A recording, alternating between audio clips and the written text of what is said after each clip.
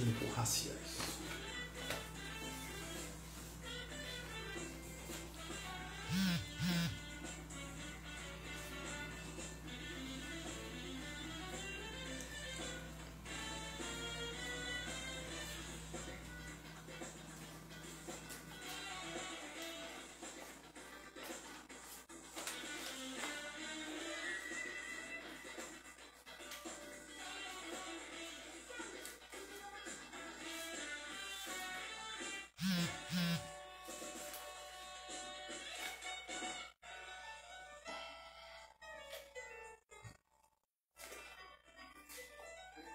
Étnico-raciais.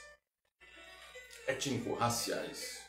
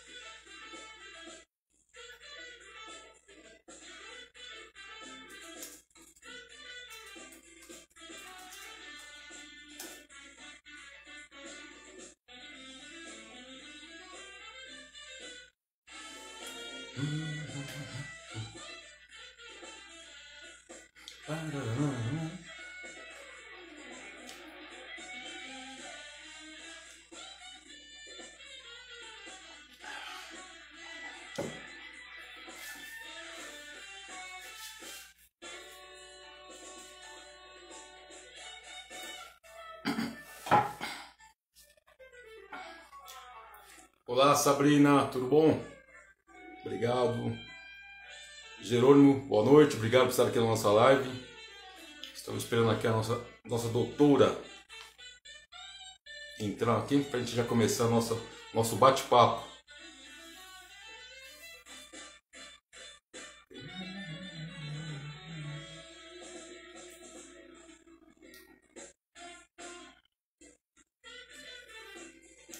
Cadê? Deixa eu ver se ela já entrou. Não entrou. Daqui a pouco ela entra.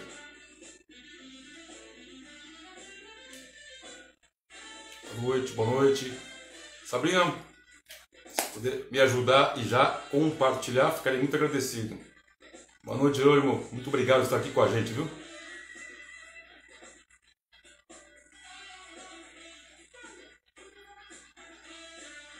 A doutora já está entrando aí para a gente começar o nosso bate-papo.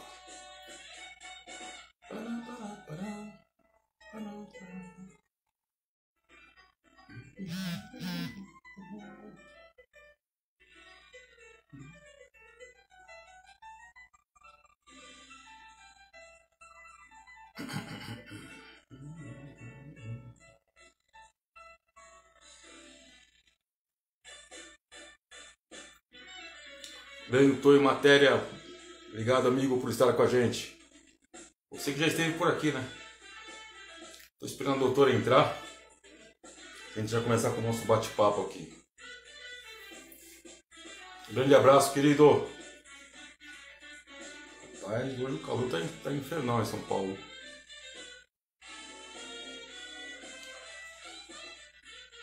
Estou esperando ela entrar aqui pra gente começar.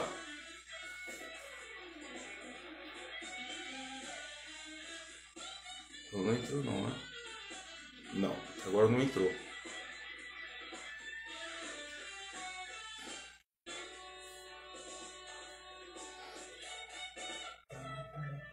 Vou tentar chamar ela por aqui.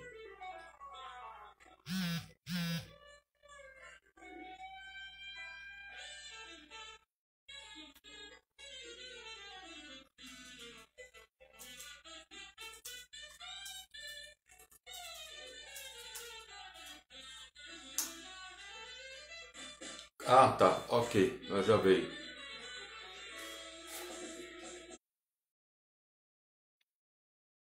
Olá, doutora Cleia. É só a senhora aceitar e já começa a nossa live. Vamos lá, vamos lá. Ela já está entrando, nossa entrevistada de hoje. Pequena pausa acontece. Essa pequena travada. Olá, boa noite. Estamos começando mais um 10 Perguntas, aqui pelo @10 Perguntas. Hoje, a nossa live entrevista live, é com a doutora Cléia Costa dos Santos, professora, facilitadora em cursos de Direitos Humanos e Relações Étnico-Raciais. Boa noite, doutora Cléia, tudo bom? Boa noite.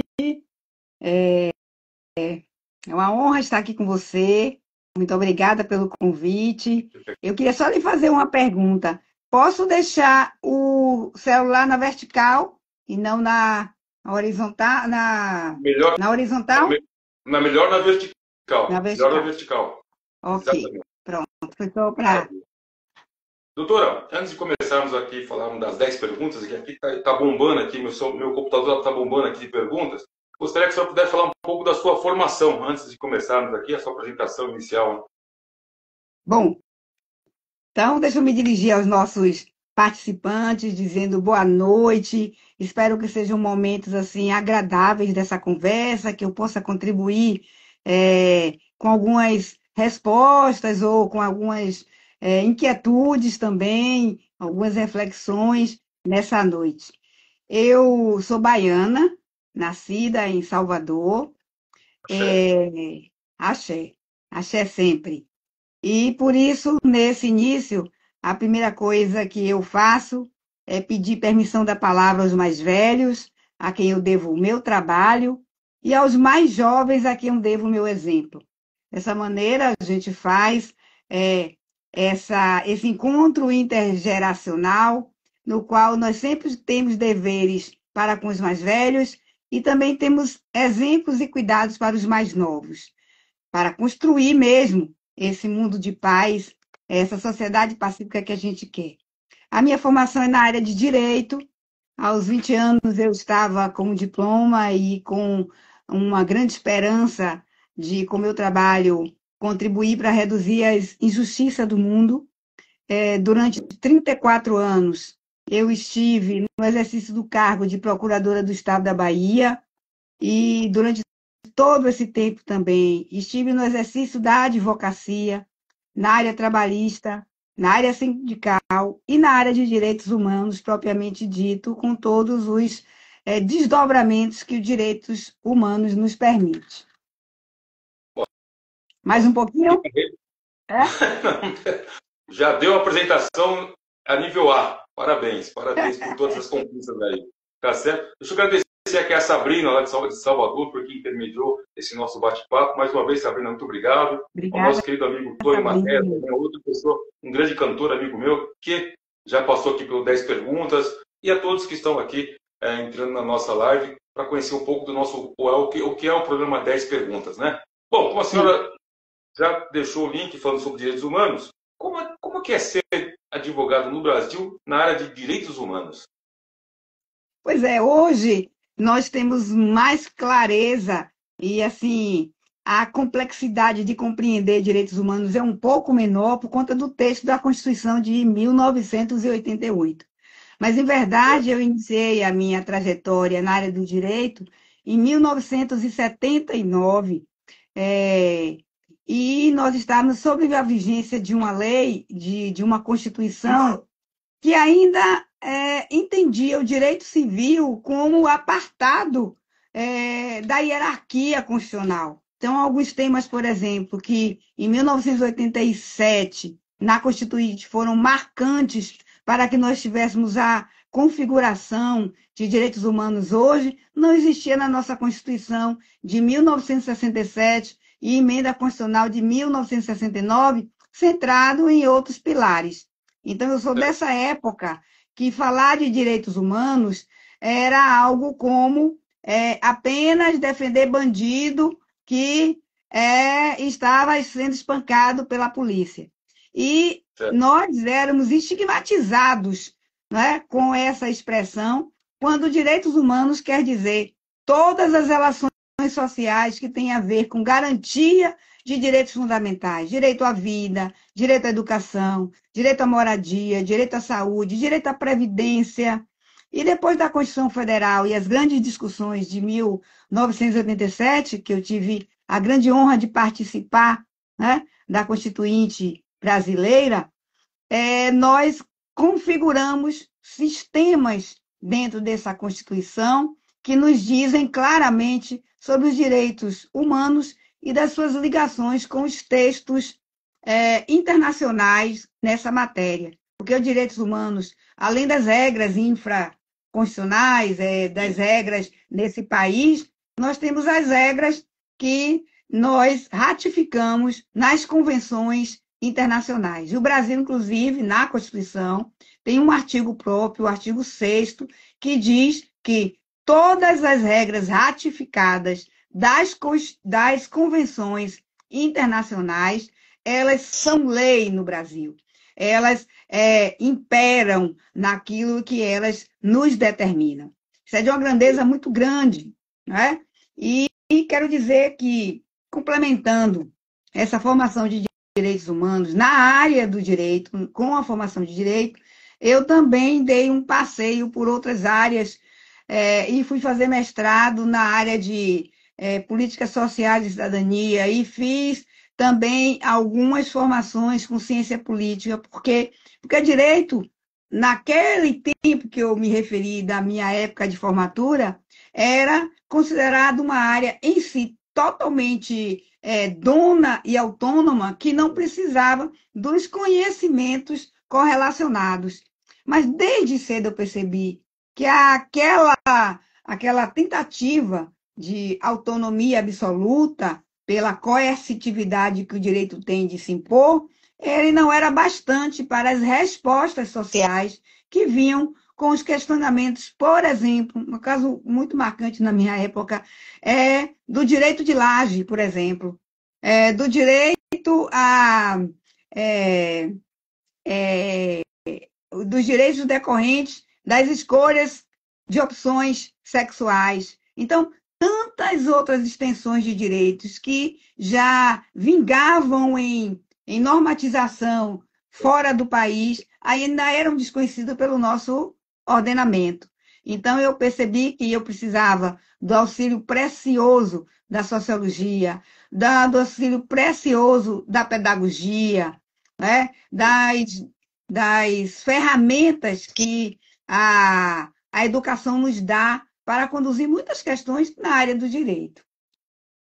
A senhora falou uma coisa muito interessante sobre os direitos humanos do passado, que quando escutava na televisão, mataram um cidadão ali. Daqui a pouco vem o pessoal de direitos humanos. Essa imagem, a senhora comentou, já falou, mas eu acho que vale a pena te ressaltar. Essa imagem já mudou completamente? Não, completamente não. Nós ainda temos esse estigma de que estamos defendendo o indefensável, mas perceba, você só pode dizer que existe efetivamente direitos humanos num país quando todos, estando em situação regular, situação de atentado à lei, têm direito à defesa. Direitos humanos está relacionado a defender o outro na posição que o outro está. Então, se alguém é acusado de um crime, ou alguém tem fortes indícios, ou até confessa um crime, ele tem direito à defesa. E eu vou contar um fato aqui, Zé Augusto Arruda, que recentemente, no interior da Bahia, em Valença, nós tivemos uma advogada que foi assassinada brutalmente. Disse que foi por um grupo de facção política contrária ao outro, no exercício da profissão. Ela estava fazendo a defesa. Ela não podia ser confundida com as relações mantidas de divergência entre os grupos, mas ainda se está apurando. Uma das hipóteses é que ela morreu porque ela estava defendendo membros de um lado dessa facção. Então, o advogado não pode ser confundido com a causa. O advogado está a serviço da sociedade, representando o seu cliente, seja ele na área penal, seja na área de família, seja na área... E também temos casos de advogados na área de família que, para além de se cometer o feminicídio, por exemplo, também se tenta matar a advogada que está defendendo a causa. Então, a gente tem hoje ainda essa incompreensão com o lugar da defesa, mesmo que a defesa esteja relacionada a alguém que contrariou as regras mais severas do país, que são as regras de direito penal. Entendi, entendi. Tem gente perguntando se a senhora é advogada criminalista. Acho que a pessoa, a Viana, ela já, eu vou dizer para você que está chegando, aqui agora na nossa live, eu sou o José Augusto Arruda, hoje entrevistando aqui dentro do 10 Perguntas a doutora Cléia Costas dos Santos, professora facilitadora em cursos de Direitos Humanos e Relações Étnico-Raciais. Ok? Acho que eu acabei respondendo e mais uma vez apresentando a senhora a todos que então estão entrando aqui na nossa live. Doutora, temos acesso à justiça para a defesa dos direitos fundamentais? Cada dia que eu vejo, agora com essa inteligência artificial, entre outras coisas, parece que facilita, mas não sei, gostaria de saber um pouco da senhora sobre esse assunto. Olha, nós temos assim uma visão utópica, uma visão idealista do que seria acesso à justiça. Porque quando chegarmos a esse patamar, nós teremos um país pacífico, um país que precisará pouco das questões ou do acesso à justiça. Mas nós temos um país repleto de situações de desigualdades, situações que importam muito mais o padrão financeiro que você tenha e não a sua pessoa ou a sua condição de direito, de pessoas que são hierarquizadas em razão da sua cor, da sua escolha sexual, do lugar onde nasce, do seu pertencimento religioso. Então, diversas são as demandas que dificilmente nós conseguimos acesso à justiça. A grande discussão hoje da OAB, e eu estou na função de secretária-geral da OAB Bahia, e desse lugar a gente também busca produzir trabalho para que o acesso à justiça seja possível. O nosso grande debate hoje é que nós temos uma não-justiça quando um processo é ajuizado e quem foi em busca de ajuda leva 10, 15, 20 anos para ter uma resposta. Nossa. E toda vez, nós temos espalhado pelo Brasil.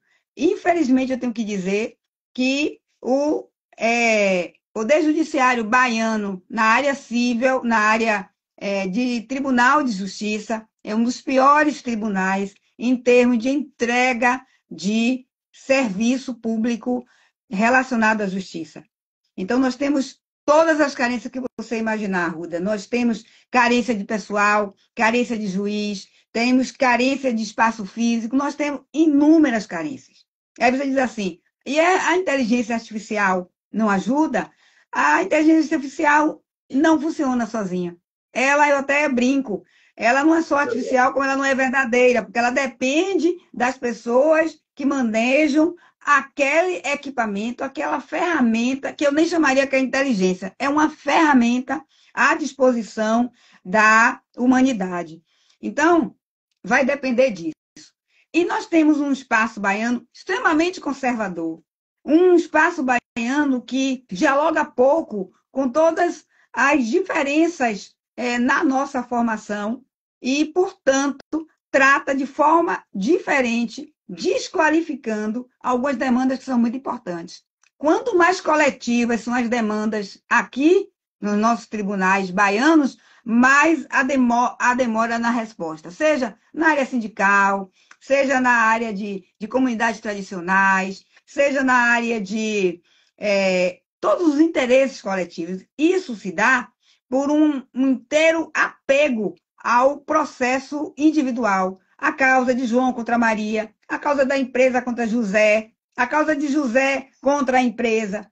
E nós temos pouca percepção de um processo coletivo que responderia mais plenamente a mais pessoas que estão naquela situação. Basta lhe dizer que o Código Consumidor brasileiro ele traz um processo coletivo bastante apropriado para os tempos modernos, porque ele é um dos mais novos, ele é da década de 90, ele é de 90. Mas esse processo que podia ser aproveitado em outros processos, seja por analogia, seja pela similitude de situação, porque também é coletivo, não é aproveitado. porque a gente tem uma tendência natural a querer tratar cada demanda na individualidade. Ora, pós-Constituição, nós já sabíamos, todo o sistema jurídico, de acesso à justiça sabia que haveria um aumento de demanda. Por que haveria aumento de demanda? Exatamente porque os direitos estavam ali postos com clareza e as pessoas passariam a buscar esses direitos, né? Seriam os indígenas buscando demarcação de terra, os quilombolas buscando o reconhecimento do seu território, seriam as demandas previdenciárias de alcance geral, porque o INSS pratica um ato e pratica em série contra todas as pessoas. Então, nós sabíamos que nós teríamos um aumento de demanda e não tivemos capacidade até hoje de acompanhar com a estrutura do Poder Judiciário, né, local ou nacional, esses questionamentos para realmente fazer justiça, porque uma justiça tardia, Rui Barbosa já dizia, não é justiça, né? É triste, mas a luta continua, né? A luta continua. Eu sempre comento aqui que o momento de interatividade aqui com as pessoas. Diana, doutora, estou com uma advogada em um processo criminal. Se ela estiver lesando minha consciência, eu posso abrir uma reclamação contra essa advogada?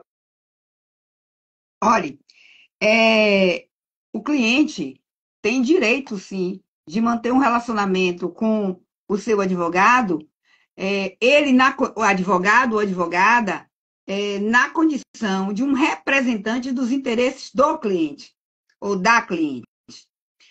Ele tem um dever que decorre de normas que são fixadas na atuação, ele tem fiscalização para essa atuação, e ele deve estar ali, naquele processo, no interesse do seu cliente. É para isso que nós fomos formados. Eu costumo dizer que o DNA do advogado é um DNA específico daqueles que aprenderam, que vieram para a Terra, que já nasceram com a missão de cuidar das outras pessoas.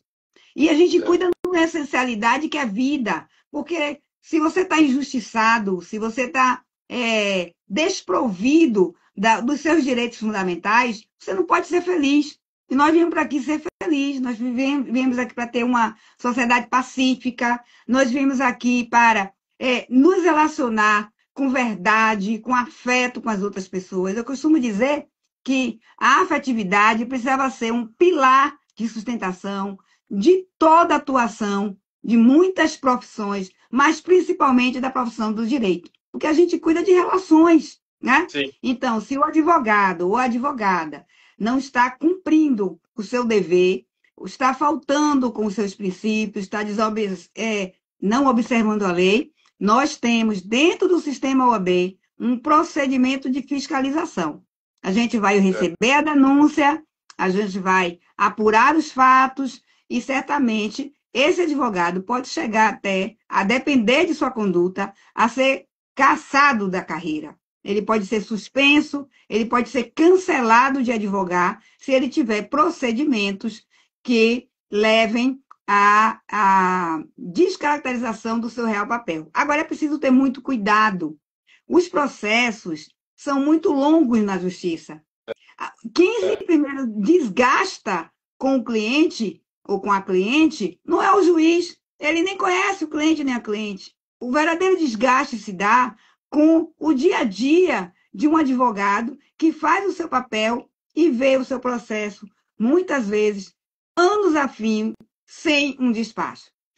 Aqui na UAB nós temos, por exemplo, Movimenta Processo, que é um projeto que tem dado muitos resultados. Quando um processo passa 100 dias parado, e olha que é um absurdo que um processo passe 100 dias sem movimento, porque o nome já está dizendo, processo é caminhar, processo é ir para frente, não é? Processar dá sempre o sentimento de caminhada em destino a algum lugar, ou alguma função, ou algum resultado.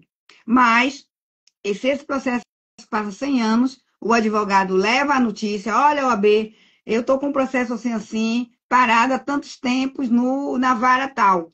A OAB vai, notifica a vara, pergunta ao juiz o que é que está acontecendo e, não tomado providência, leva o caso para a corregedoria do Poder Judiciário. Para quê? Para que a corregedoria tome uma providência em relação àquele cartório que não está atuando, daquele juiz que não está funcionando.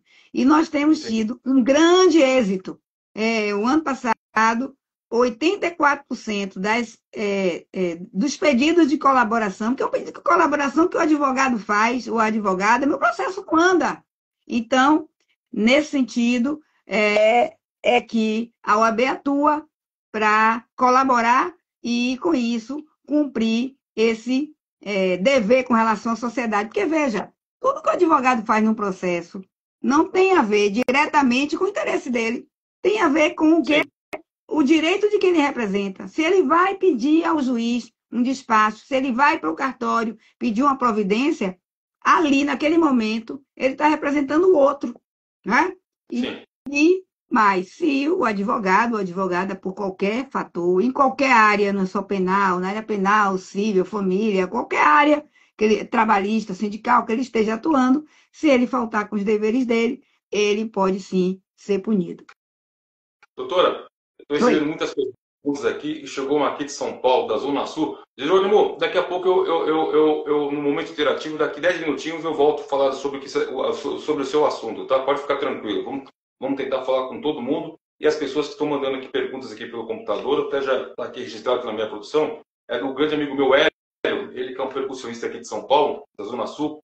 A senhora comentou sobre Salvador, né, da Bahia, então já vamos entrar num assunto pesado, entre outros que você vem falando aí. Aí ele fala aqui, vamos pensar um pouco sobre a Bahia como um dos estados mais racistas. É isso mesmo? Que fatores influenciam, na sua opinião, para esse acontecimento? É uma pergunta, muito obrigada. É Hamilton, né? Nossa. Hélio. Oh, desculpe. Hélio. Isso. Boa noite, Hélio. Muito obrigada pela pergunta. Assim, pode parecer uma coisa muito dura que eu vou dizer, mas eu preciso, em nome da verdade. A Bahia foi a primeira formação como Estado no Brasil.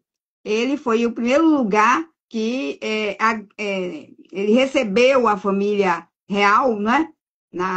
Foi o primeiro lugar em que a família real chegou. E aqui é um Estado continental que foi todo tracejado pelo modelo das capitanias hereditárias.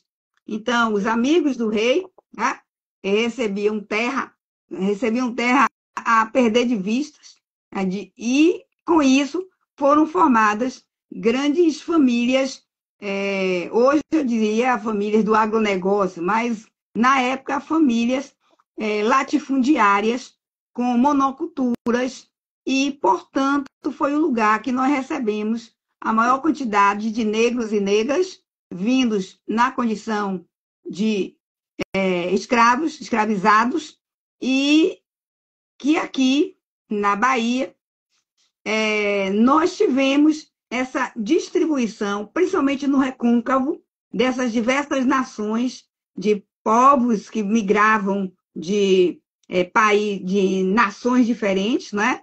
De pertencimentos étnicos diferentes, e nós tivemos uma complexidade na formação desse Estado desde sempre, tá?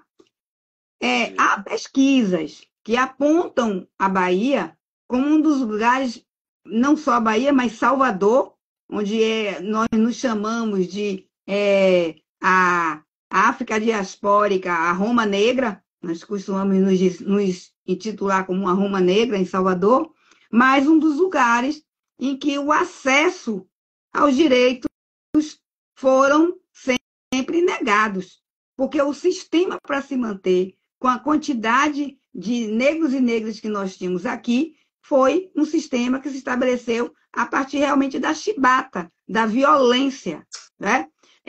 A monocultura baiana floresceu no início da produção agrícola aqui no Brasil, exatamente por força dessa mão de obra que vinha sem direito a nada, né, dentro desse processo escravocrata capitalista, do início da implantação do capitalismo, e com isso formou uma elite baiana, vamos dizer assim, insensível ao lugar do outro. Porque o racismo, para ele se operar, ele precisou de teses científicas, ele precisou de teses religiosas, e entre essas, a ideia da religião predominante de que negros e negras não tinham alma, eram quase coisa, né? Nossa. Então, assim, essa é a base, uma das bases da construção racial. A outra base é econômica. E em determinado momento, no século II, III, a população europeia aproxima-se do continente africano, faz laços comerciais, laços de amizade, laços intelectuais. As primeiras universidades europeias foram construídas a partir do saber africano, né? Conseguem identificar diversas nações que tinham domínio do ferro, que podiam processar o ouro, né? E depois de um determinado momento, quando eles despertam com os interesses pré-capitalistas de domínio do mundo, eles precisavam, não é, gerar uma situação de revoltas no continente africano, e fizeram isso muito bem, foram muito inteligentes, e com isso gerar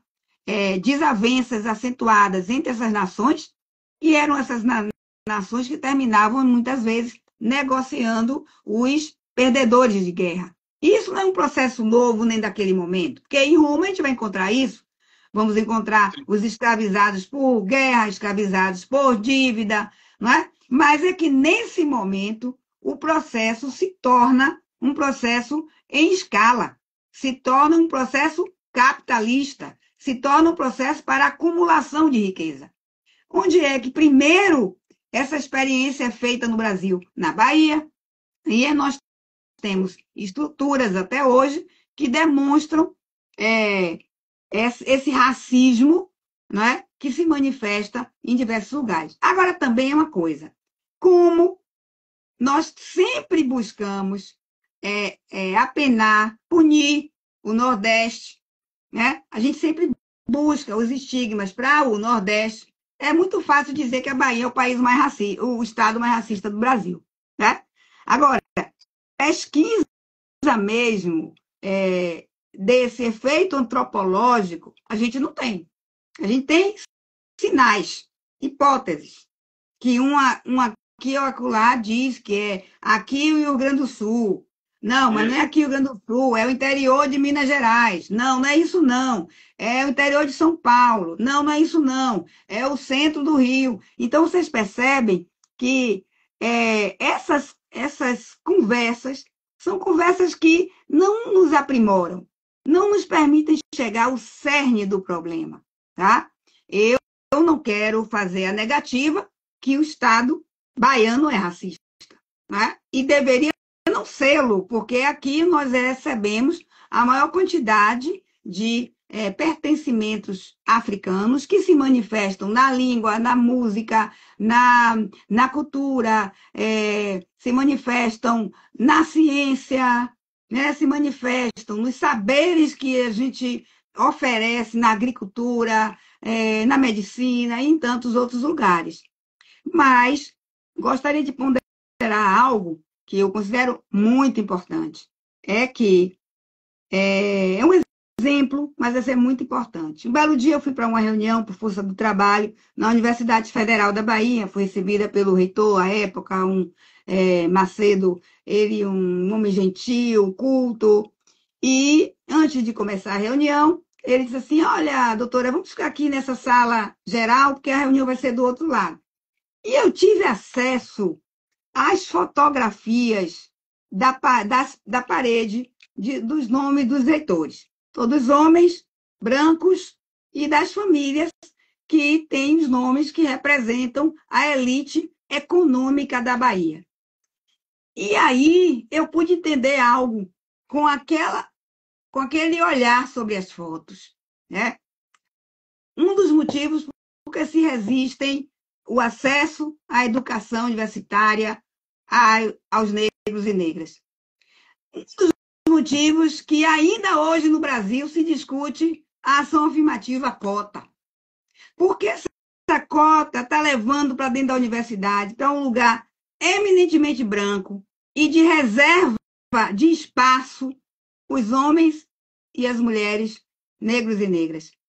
Aquela parede ainda não tem nenhum reitor negro e negra, mas bastaram 10 anos de cota para nós termos pró-reitores, para nós termos diretores negros e negras.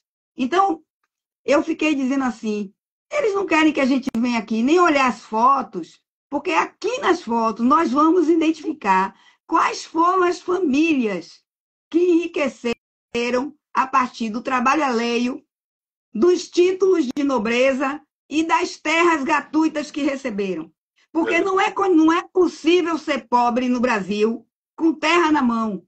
E por isso, essa grande discussão e esse modelo injusto, ilegal, inconstitucional, que é o modelo agrário que a gente tem. Então, como a Bahia ainda é um estado concentradamente rural, evidentemente que ela vai manifestar relações colonialistas, coronelistas também, hierarquizadas, muito mais do que os estados que não são eminentemente agrícolas. Tá? Vou completar, você fica me provocando, vou completar só isso e eu paro de falar. Nós tivemos dois fenômenos aqui na Bahia que foram fenômenos de emancipação da população negra. Primeiro fenômeno, quem fala muito bem disso é Francisco de Oliveira, um escritor baiano, mais assim, na área de economia. Primeiro fenômeno que faz essa emancipação foi a descoberta do petróleo, em 1959, porque foram mãos negras que foram colher as primeiras larvas de petróleo na Bahia. E aí, essas famílias foram emancipadas a partir do trabalho dos seus homens, que tinham um trabalho braçal, mas ganhavam, eram bem remunerados a partir disso. Segundo movimento que emancipou uma outra leva de homens e mulheres negros e negras foi a implantação do polo petroquímico, que levou também profissionais negros e negras para o trabalho pesado, em condições perigosas e insalubres, mas que permitiu com isso a emancipação de mais outras, de outra leva de famílias negras. Tá? Mas se você for observar, quando se faz a privatização da Petrobras e a venda, isso é importante que a gente diga, a venda das nossas refinarias, por onde se começa? Pela Bahia. Quando se desativa polos de produção dentro da área industrial, onde é que se faz isso? Também na Bahia. Nós tivemos até a década de 80 um banco baiano, Banco Econômico, e tantos outros aí fizeram muito mais em termos de desvio de recurso ou de perda da confiança dentro do sistema que o Banco Econômico. Mas quem foi que quebrou e desapareceu? O Banco Econômico da Bahia. Então, a gente tem, sim, no Brasil, para muito mais do que a hierarquização das relações de pessoas, a hierarquização das relações de regiões. E isso a gente tem que pensar com muita clareza, porque eu não sei quanto a sua família, mas eu desafio que 80% da mão de obra que construiu São Paulo tenha sido de outro lugar que não tenha sido do Nordeste. E por que essa revolta, esse ódio contra nordestino? E por que essa discriminação contra a nossa produção intelectual? Se daqui sempre saíram os grandes nomes. Então, são inquietações que eu estou colocando como reflexão, porque eu sei que, basicamente, eu estou sendo ouvida pelos meus irmãos paulistas, de grande afeto. Eu tenho familiares lá, de uma cidade belíssima. Adoro São Paulo em fevereiro, que todo mundo sai para as festas, para as praias, e eu fico sozinha andando na Paulista, visitando os museus vazios. Adoro São Paulo, adoro. Mas vamos lá. Vamos lá. 9 horas e 40 minutos. Para você que está chegando aqui agora na nossa live, eu sou o José Augusto Arruda, hoje entrevistando aqui dentro do 10 Perguntas, doutora Cléa Costa dos Santos, professora, facilitadora em cursos de Direitos Humanos e Relações Étnico-Raciais. Doutora, a gente dá mais um recado, porque hoje é dia 31 de março, e a gente tem que falar sobre o calendário da saúde. O mês de março é representado pelas cores amarelo, lilás e azul, simbolizando campanhas de conscientização sobre diversas doenças, como a endometriose, o câncer de colo de útero e o câncer do intestino. É o que eu volto a falar todo esse mês, eu falei todo esse mês de março. Hashtag prevenção. Bom, eu falei para o Jerônimo que eu iria falar sobre a pergunta dele, e são duas perguntas que eu vou fazer para a senhora aqui. Primeiro, essa veio também de São Paulo, aqui do Jabaquara e do Emerson. E o que o Estado da Bahia tem feito para enfrentar o racismo, o sexismo e todas essas afrontas aos direitos humanos? Juntando com essa pergunta, Jerônimo, vou fazer aqui também. Ele fala aqui, nos dias atuais, o procedimento de audiência de custódia está em xeque. As polícias acusam o Poder Judiciário em soltar criminosos. Já o Poder Judiciário acusa os policiais em prender ilegalmente. Qual a sua a posição sobre tal assunto? São duas perguntas pesadas, mas vamos firmes, porque tem muita gente entrando, querendo participar também, mas eu estava devendo isso para o Jerônimo. Tá certo? Olá, Sandra Eisenhig, zona oeste de São Paulo. Muito obrigado por estar aqui comigo, Sandra. Vamos lá, quer que eu repita as perguntas? Assim, as perguntas são um mundo, né, Arruda? A gente falava até meia-noite sobre elas, né? O tempo urge. Mas, assim, eu considero sobre, principalmente a segunda pergunta, muito importante a atuação consciente, responsável do jornalismo brasileiro e da comunicação. Porque a gente tem que desfazer alguns mitos, tá? Nós temos, sim, alguns policiais militares que, fogem, esquecem o processo legal de uma prisão. São Paulo viveu uma experiência recente muito importante, que serviu também de modelo para o estado da Bahia, que foi a implantação das câmaras, as câmeras de filmagem, quando estão se fazendo abordagem. Isso ajudou a reduzir os índices de prisões ilegais, de balas perdidas, né? E a gente tem que caminhar com a tecnologia a serviço dos homens de bem que a polícia tem aqui e em todos os lugares. Eu não vou esquecer que as polícias surgiram de um propósito que já faz com que nós a discutamos. Ela surge na República, logo após a abolição da escravatura, e ela surge exatamente para proteger os homens de bem dos malandros, né? Dos bandidos e dos desocupados. Quem eram esses? Os negros e negras, os negros principalmente. Por quê? Porque uma vez assinada a tal Lei Áurea, o dia 14 de maio representou a falta de tudo, de trabalho, de moradia, de alimentação, e eles realmente, muitos deles tiveram de vagar, né, pelos territórios procurando trabalho, alimentação.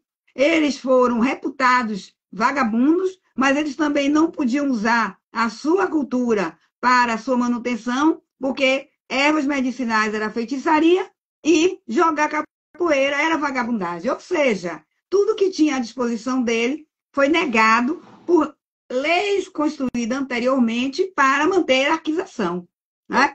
Então, a gente não vai esquecer que a polícia surge com esse propósito e não se desgarra desse propósito até hoje de tratar diferentemente as pessoas que formam a mesma sociedade.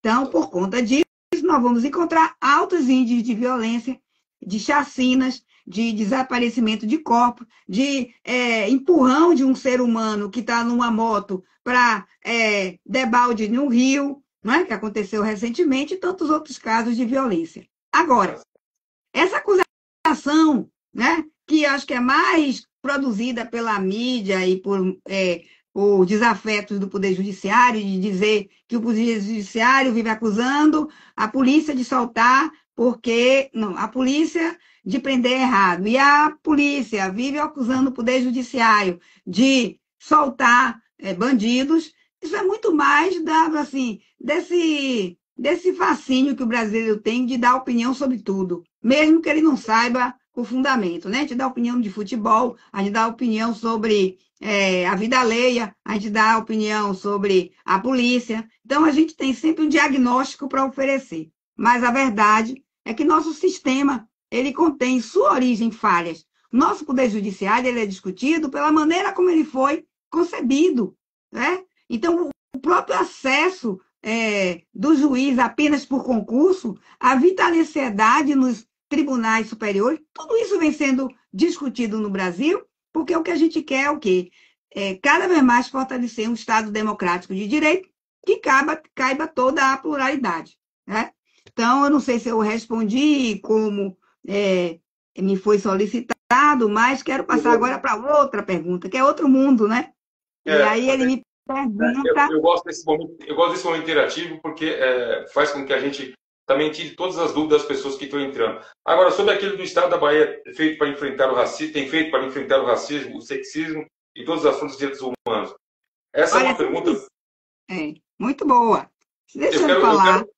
Deixa eu aproveitar, deixa eu mandar um abraço para a doutora Flávia Raal, ela que é a CEO do Innocence Project Brasil. Ela já esteve aqui 2 vezes no meu programa, uma pessoa maravilhosa, e no qual o Innocence Project Brasil, que veio dos Estados Unidos e está aqui no Brasil hoje, ela tem diminuído, ela está afrontando, inclusive, tirando do cárcere pessoas que foram encarceradas indevidamente, em sua maioria os negros.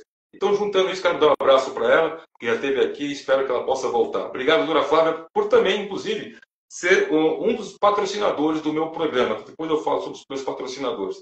Um grande abraço, doutora Flávia. Bom, boa noite, doutora Flávia.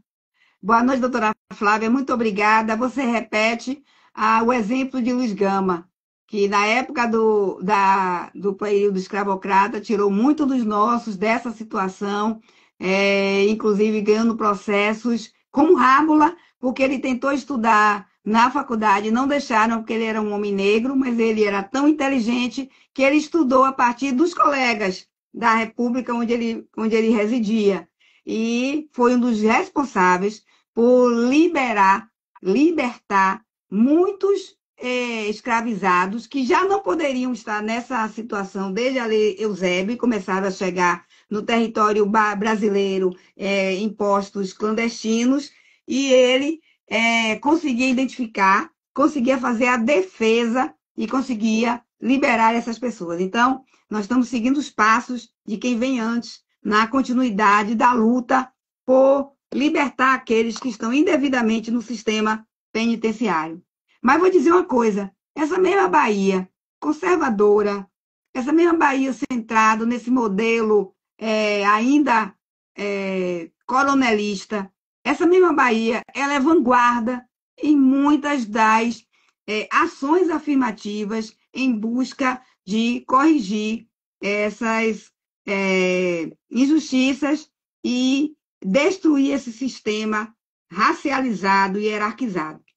Nós somos o único Estado brasileiro que temos o Estatuto Racial, da Igualdade Racial e combate à intolerância religiosa. E ali existem medidas, encaminhamentos legais que, assim como o encaminhamento legal que é existente no Estatuto Federal, produz excelentes efeitos, seja com relação à cota, seja com relação ao respeito religioso no ambiente escolar, com regras que determinam esse respeito, com alteração da grade curricular ou do momento de aplicação de provas para que iniciados possam realizar suas atividades em matriz africana.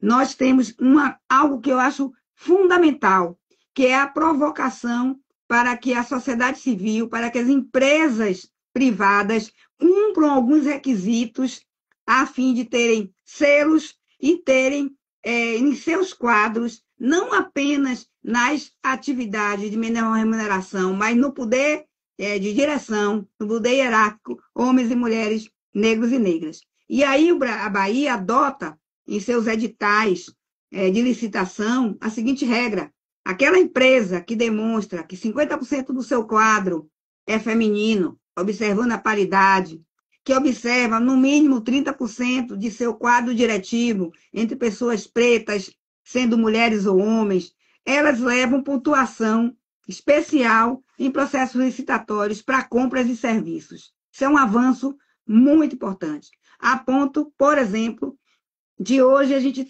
ter já estatisticamente apurado que na rede hoteleira houve um avanço de quase 60% dos cargos diretivos, dos cargos de gerência para pessoas pretas, que isso era algo impensável. Né? O preto ou a preta era só a camareira, porque ninguém enxerga, ou o porteiro que abre a porta do carro. Então, a gente sente já o avanço por conta dessa legislação. Nós temos, por exemplo, uma convenção internacional, que é 169, que fala da necessidade de consulta prévia para, antes da implantação de qualquer projeto em áreas de comunidades tradicionais, sejam ouvidos os próprios interessados.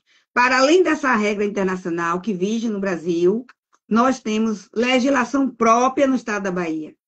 Nós temos aqui o chamado Conselho das Comunidades Tradicionais, nós temos um Conselho das Comunidades, Desenvolvimento da Comunidade Negra, nós temos uma estrutura de secretaria, né? Secretaria Estadual, com toda uma estruturação a fim de colocar a pauta da promoção da igualdade e o combate ao racismo na centralidade das ações de governo. Você vai dizer, você está no paraíso, tudo está acontecendo com as ações afirmativas? Eu vou dizer, não. Nós temos avanços e recuos, nós temos até hoje uma avaliação não muito favorável da aplicação da Lei 10.639.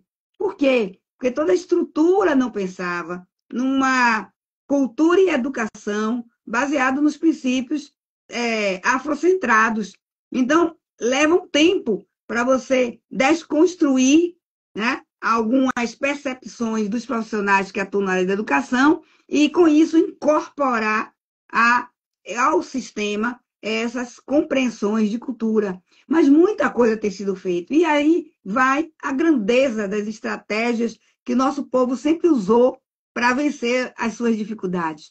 Então, a gente usa, por exemplo, o carnaval, que é um momento de festa, dentro das entidades culturais, e eu sou ligada diretamente a uma delas, que é o Afoxé Filhos do Congo, que é um dos afoxés mais velhos do Brasil, que é a primeira vez que sai enfrentando a polícia no início ainda na República, na Primeira República, 1915 e 20, então lá atrás.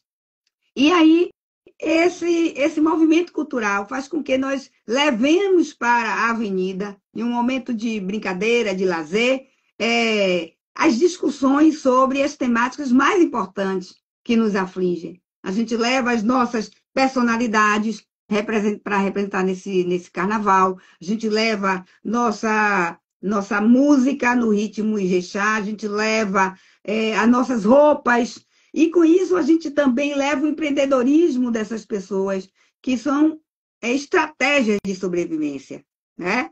Então, quando eu vi esse ano o Carnaval do Rio de Janeiro, todas as escolas tratando sobre temática negra, levando, por exemplo, o Exu como uma grande entidade para desfilar, e não o deus romano ou grego, ou Eros, ou quem quer que seja, mas levando o que a gente tem de pertencimento cultural. Não estou falando de religião, do pertencimento cultural. Né? Quando a gente vê isso acontecer numa escalada de seriedade, de profunda beleza, né? Nas músicas que foram, nos sambas enredos que foram feitos, mas também no desfile na avenida, e que a gente também faz isso em espaços como Bahia, como Pernambuco, né? A gente, como o Maranhão. Quando a gente faz esse tipo de movimento, nós estamos, na verdade, mantendo a experiência dos nossos ancestrais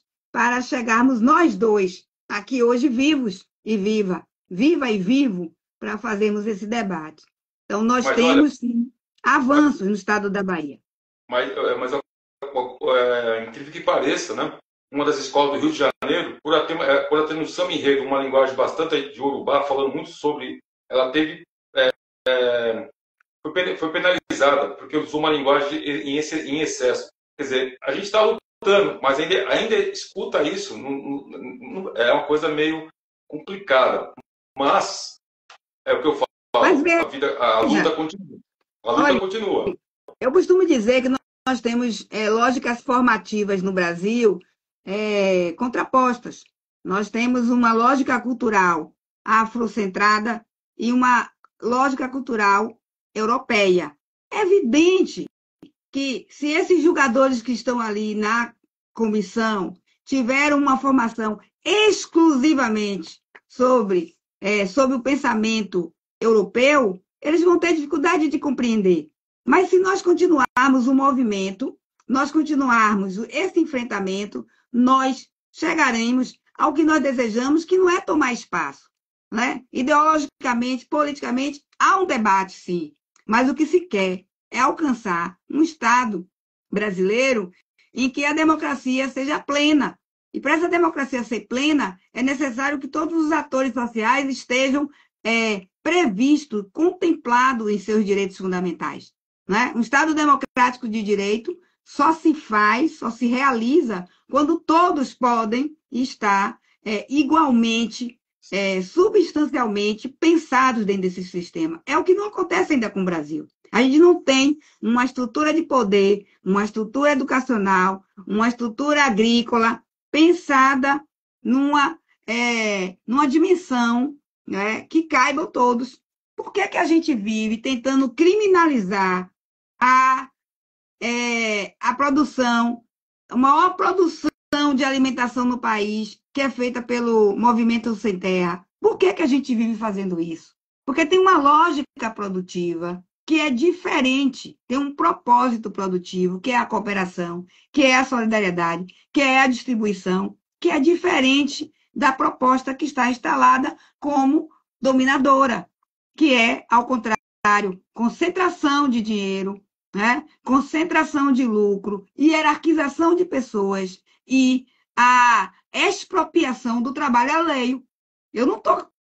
Você não vai trabalhar para ser feliz para mim, você vai trabalhar para me dar o que é seu, ainda que eu lhe dê muito pouco. Ainda que hoje em dia eu ainda discuta o direito de férias, que eu ainda hoje em dia discuta um aviso prévio numa rescisão. Então, assim, coisas elementares. Então, eu digo que nós estamos no caminho, nós nem somos o meio do caminho. Nós fazemos um caminho para que essa continuidade se dê para as próximas gerações. Mas muitos já fizeram por a gente, Arruda. Porque se eles não fizessem lá, e aí o símbolo Sankofa, né? A gente precisa olhar para trás e perceber como foi feito para que a gente construa o futuro.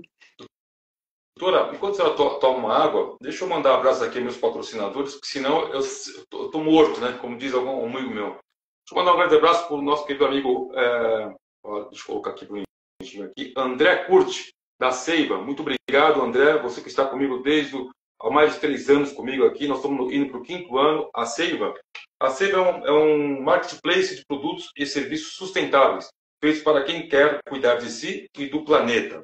A WJR Criativo, ao meu grande amigo Wilton. Obrigado, Wilton. Quem quiser já puder aí adicionar o Instagram, é WJR Criativo. Ele é o responsável pelo nosso designer aqui, do nosso banner do programa 10 Perguntas. E ao escritório de advocacia comprometido com causas sociais, com mais de 11 anos de atuação na área criminal, que é o Raul Carnelos Vargas do Amaral Advogados. Muito obrigado, doutora Flávia Raul. Além de ser a CEO do Inocência Project Brasil, também é uma das grandes criminalistas do Brasil. Raul Carnelos Vargas do Amaral Advogados é um dos nossos patrocinadores. Doutora, a gente começou... Eu vou avisar todos que estão aqui com a gente fazendo várias perguntas. No finalzinho do programa, eu vou pedir para a doutora dar os seus contatos, e aí vocês podem mandar diretamente para ela. Nós estamos aqui com 10 perguntas, e aí eu gosto de dar um momento interativo, só que ele vai acabar vai perder um pouco nosso ritmo aqui. A Sabrina está fazendo perguntas. Ô, Jerônimo, eu espero que eu tenha conseguido te responder. Viana, vai passar, ela vai dar o conteúdo, vai dar o e-mail dela, pode ficar tranquilo. Estou me passando pelo e-mail difícil. Ah, tudo bem. Acho que a Viana terá com certeza aí um bate-papo com você, com certeza, doutora. Eu falei aqui, ó, a quinta pergunta, a sexta pergunta era quais as ferramentas, não, desculpa, a quinta pergunta era se o Estado da Bahia tem feito para enfrentar o racismo, o sexismo e todas as afrontas aos direitos humanos. A senhora respondeu. A sexta pergunta veio da Bahia, um grande amigo nosso, inclusive, que sai no carnaval, no primeiro bloco do Afro, que é o nosso querido Tony Matéria. Quais as ferramentas como políticas públicas e ações afirmativas? Acho que a senhora também já deu uma bela de uma resposta. Espero que o Tony Matéria esteja aí com a gente, se dê por satisfeito sobre a sua resposta. Se ele não der satisfeito, pode comentar aqui comigo, Tony Matéria, a gente volta nessa pergunta. E tem uma sétima... Matéria é um grande amigo. É um grande amigo. E tem a sociedade em geral, as instituições, o que precisam fazer para enfrentar essas desigualdades, racismo no seio da sociedade? A senhora também já comentou, a produção pediu para voltar nesse assunto, mas a senhora comentou bastante que continuar sendo o que a gente sempre foi, trabalhador. Mas vocês sabem que a sociedade como um todo, cada dia que passa, né? Quando a senhora comentou sobre a sala, que lá na... Acho que não foi na OAB, a senhora foi numa sala que só tinha as fotografias de quem já passou por ali e tudo mais. Uma grande advogada também, que se candidatou a vice-presidente da OAB, dona Lázara Carvalho, ela esteve aqui comigo também, ela entrou na sala e viu exatamente, sentiu exatamente o que a senhora sentiu. Entrou numa sala que não tinha nenhum negro, o que dirá uma negra. E ela foi a primeira advogada a se candidatar a vice de uma chapa aqui na OAB de São Paulo. Imagina a luta dela. Infelizmente, ela veio aqui a primeira vez, a segunda vez ela não pôde vir, mas espero trazê-la o mais rápido possível, porque também é uma grande profissional. Bom, e a OAB, o que tem feito sobre tudo isso que a gente está falando aqui, sobre a Bahia e sobre os direitos humanos?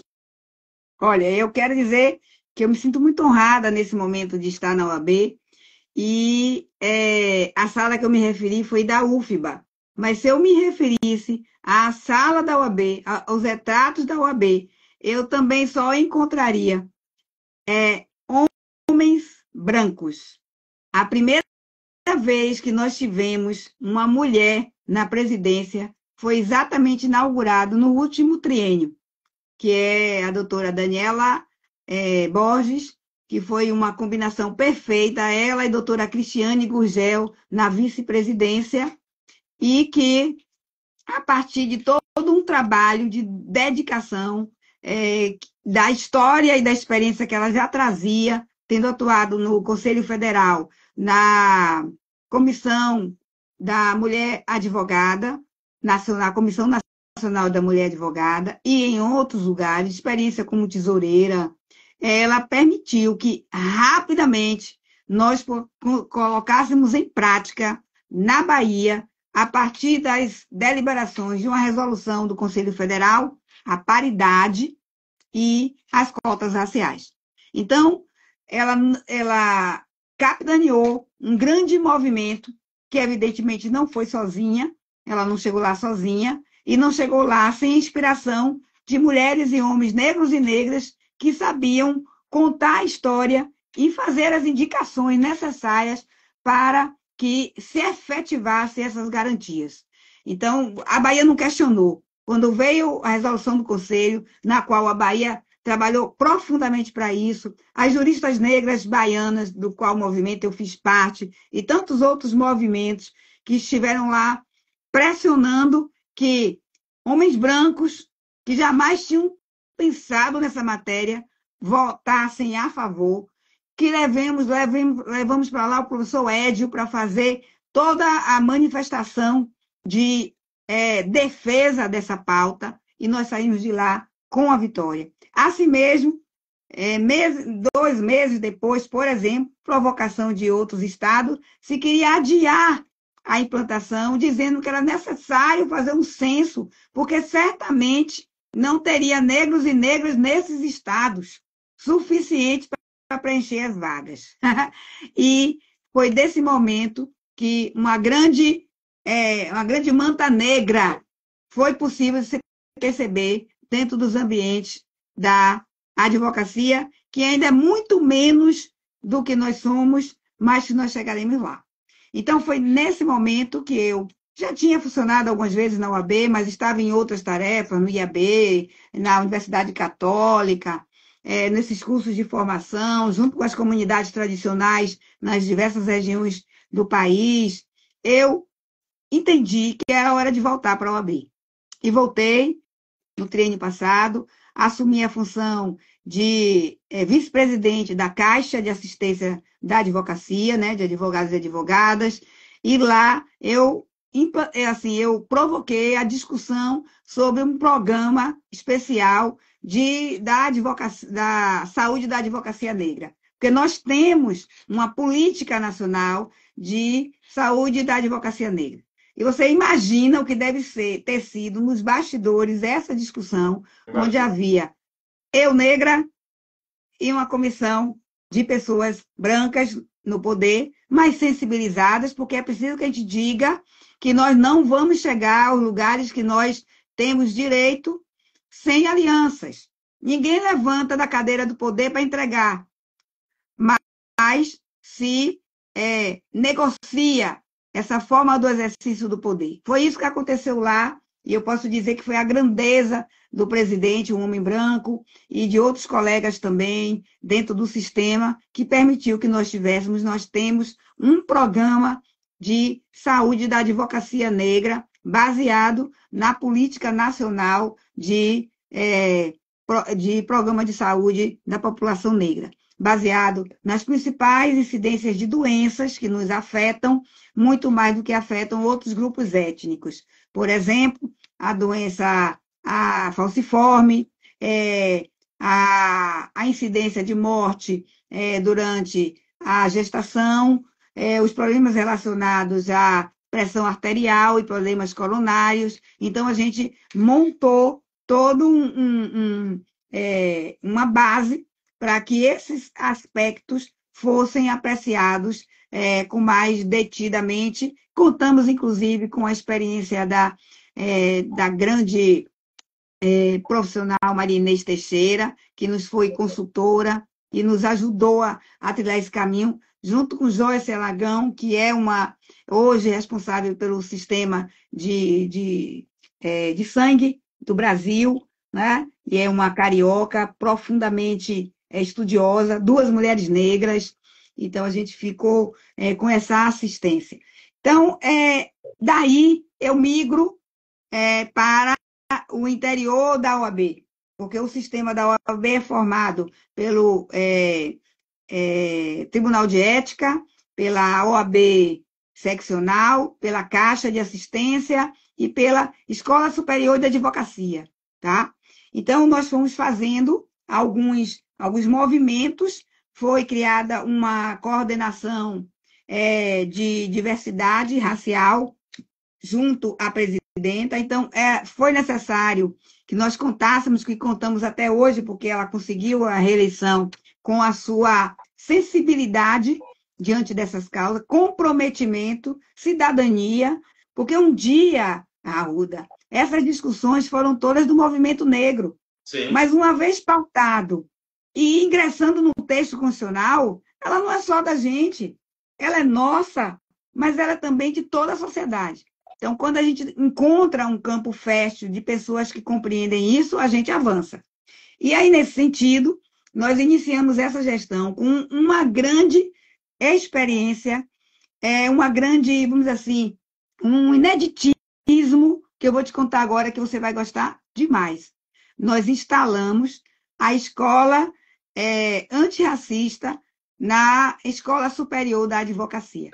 E o que isso essa pergunta que está chegando aqui para nós agora, falar sobre essa pergunta, mas antes é o seguinte, nós temos aqui no máximo mais 5 minutos, e aí eu até quero que a senhora deixe seu e-mail, seu telefone, porque eu gostaria que a senhora desse atenção à Viana, que está fazendo muitas perguntas, né? E é pertinente, isso que a gente está aqui nessa live. Tem muita gente entrando, e aí eu quero que a senhora Ela vai te ajudar, ela vai te dar o endereço ali.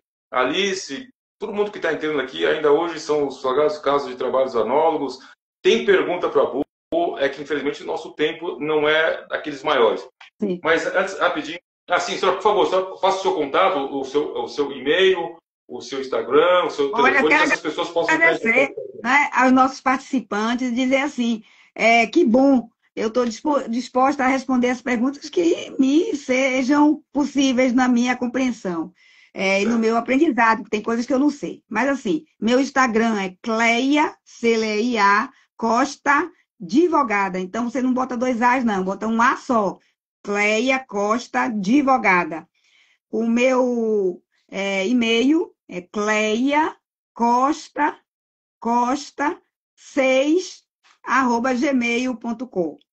E o telefone de contato, que é o que eu uso na minha vida profissional, às vezes a gente também advoga fora do território baiano, na área de direitos humanos, também em processos internacionais de direitos humanos, mas também relacionados à pauta sindical e à pauta trabalhista, então tem uma grande diversidade nisso aí. E o meu telefone é 71, que é o prefixo de Salvador, 99194-4418. Eu estou à disposição, vão ter coisas que vocês vão me perguntar, e eu vou dizer, ó, isso é um objeto de uma consulta escrita, então aí, como advogada, eu vou precisar cobrar, porque se eu fizer advocacia gratuita, eu estou indo contra as regras do meu estatuto. Mas eu estarei à disposição na medida do que for possível para responder. Quero dizer que, além disso, nós mantemos no Instituto de Advogados da Bahia cursos de formação das relações étnico-raciais e direitos humanos. Deles participam profissionais da área de direito, mas também profissionais de todas as áreas. E eu fiquei feliz que esse último curso que a gente vai certificar agora no dia 17, nós tivemos pós-graduados de Pernambuco, tivemos colegas de Recife, de Pernambuco, tivemos colegas do Ceará, não é? Então, e Maceió também, de Alagoas. Então, para dizer que, como fazemos esse trabalho de forma híbrida, online e também presencial, nós conseguimos ter uma abrangência maior. Tá certo. E quando for fazer a quinta turma, eu vou mandar os contatos para a Arruda e ele pode convidá-los a participar.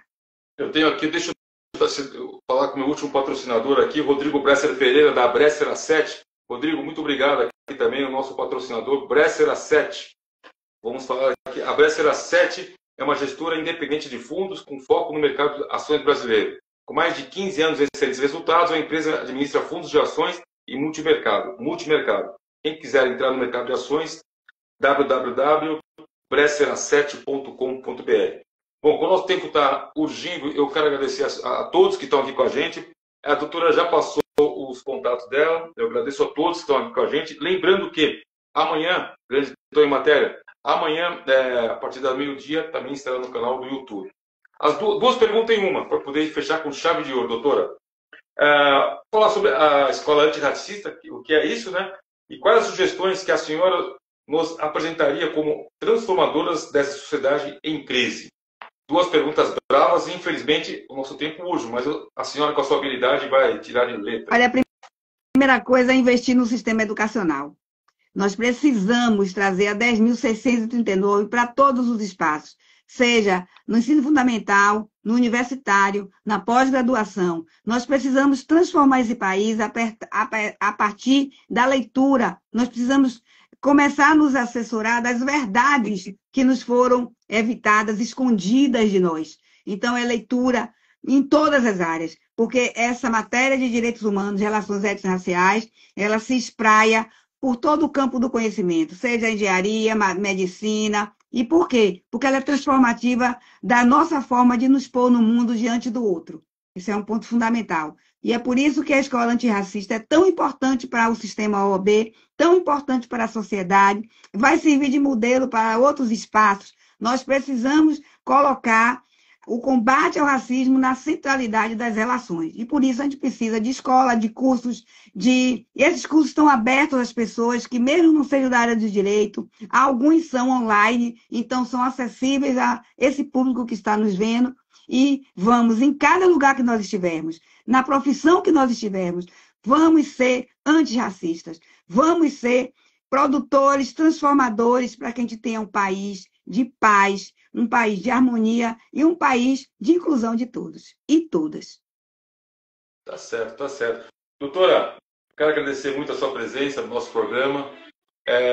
A senhora já falou, mas eu vou reiterar. O que tiver de novidade, pode mandar o link, pode mandar uma mensagem pelo Zap. Estamos aqui à disposição para poder divulgar ao máximo o trabalho da OAB na Bahia, o seu trabalho. Estou muito contente. Quero agradecer de novo a Sabrina, que está aqui com a gente, que foi quem intermediou. Ao Tonho Matéria, eu mandei uma mensagem para ele: Tonho, me manda uma pergunta. E aí foi explicado para a senhora. Ele disse que está contemplado. Um grande parceiro, um grande amigo meu, uma humildade pura. Estou devendo para ele, já faz 2 anos que eu não apareço, mas eu vou aparecer na hora certa. E não esquece, Tonho Matéria, eu quero sair no Filhos de Gandhi, hein? Olha, tá certo? Você vai sair no bloco da capoeira, que é o atual lugar onde ele sai. Certo? Sim, eu já saí 2 vezes, mas há 2 anos eu não compareci. Eu estava me cobrando e é uma dívida. E vou convidar para sair nos Filhos do Congo, que é também um desfile maravilhoso.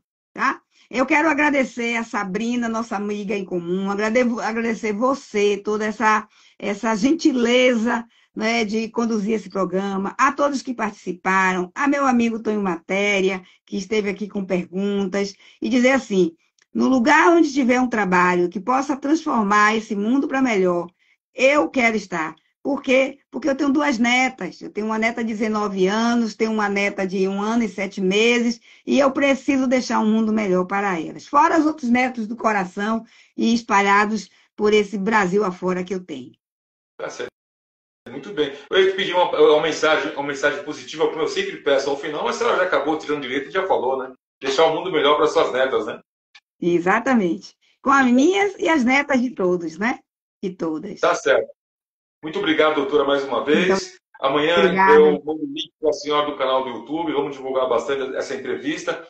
Precisando de nós, do 10 perguntas para divulgar os seus trabalhos, por favor, use e abuse. E agradecer a todos que ficaram aqui com a gente. Esse ano eu vou precisar, porque depois dos livros que eu escrevi, esse ano a gente vai sair com a 2ª edição dos comentários ao Estatuto e mais uns 2 que ainda é novidade, que já estão escritos, já estão em fase de prelo. Vou precisar muito de você. Pode mandar um livro aqui para nós aqui em São Paulo, que a gente vai divulgar bastante. E quando vir a São Paulo, vamos aqui trocar mais ideias sobre esse trabalho que a senhora faz aí, com muito brilhantismo na cidade de Salvador, tá bom? Muito obrigada. Boa noite, gente. Muito obrigado. Olha, não esqueça, a semana que vem, na primeira segunda-feira do mês de abril, estaremos aqui com o nosso querido amigo Gil Lisboa, que já esteve aqui, ele que é tarólogo e astrólogo. Vai falar muita coisa que vai acontecer nesse ano de 2025. Tá bom? É Gil Lisboa, tudo junto. Obrigado a todos. Voltamos na semana que vem, às 20 horas, aqui no programa 10 Perguntas, 4 anos. Obrigado, doutora. Obrigada. Até a próxima. Também. Até. Um abraço.